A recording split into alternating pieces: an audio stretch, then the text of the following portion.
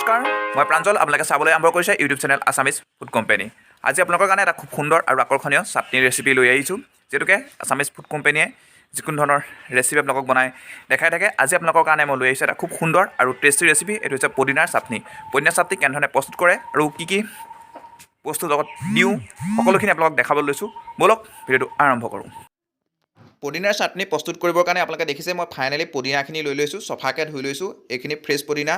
তাৰপাছত এইখিনি লৈছোঁ কণ বিলাহী কেইটামান বাৰীৰ পৰা ছিঙি আনিছোঁ, জলকীয়া আনিছোঁ 2টা, নহৰু 4 ফুটা লৈছোঁ, নিমখ আৰু এইখিনি লৈছে মেইন বস্তু তেতেলী টেঙা। তেতেলীখিনি অলপ সময় পানীত তিয়াই থৈছিলোঁ, তাৰপাছত এইখিনি পানীৰ পৰা টুকি দিছোঁ, মোহাৰি দিছোঁ, পানীখিনি ধুনীয়াকৈ ওলাই গৈছে। এতিয়া মই মিক্সিৰ জাৰটোত ভৰাই ল'লোঁ গোটেইখিনি। এতিয়া প্ৰথমতে মিক্সাৰত দিওঁ, যিহেতুকে ঘৰৰ বাৰীৰ পৰা ফ্ৰেছ হৈ আছে ছিঙি লৈ আহিছোঁ। দেখিছে এতিয়া মিক্সাৰৰ জাৰত ভৰোৱা হৈছে। এতিয়া মিক্সাৰত এইখিনি দি দিছোঁ, বেছি সময় নালাগে, অকণমান সময় দিলেই হৈ যাব।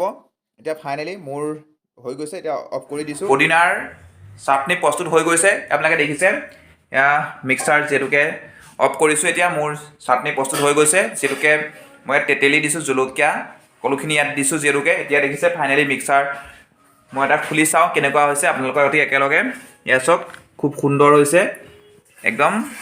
এতিয়া এটা বাতিত উলিয়াওঁ, পৰিৱেশন কৰি আপোনালোকক দেখাওঁ। এতিয়া ফাইনেলি দেখিছে আপোনালোকে মোৰ পদিনাৰ চাটনি প্ৰস্তুত হৈ গ'ল। এতিয়া চাওক খুব সুন্দৰ কিন্তু টেষ্টি পদিনাৰ চাটনি প্ৰস্তুত হৈ গৈছে। এনেধৰণে আপোনালোকে অতি কম সময়তে অতি সহজে সুস্বাদু সোৱাদ ভৰা পদিনাৰ চাটনি প্ৰস্তুত কৰিব পাৰিব। ধন্যবাদ।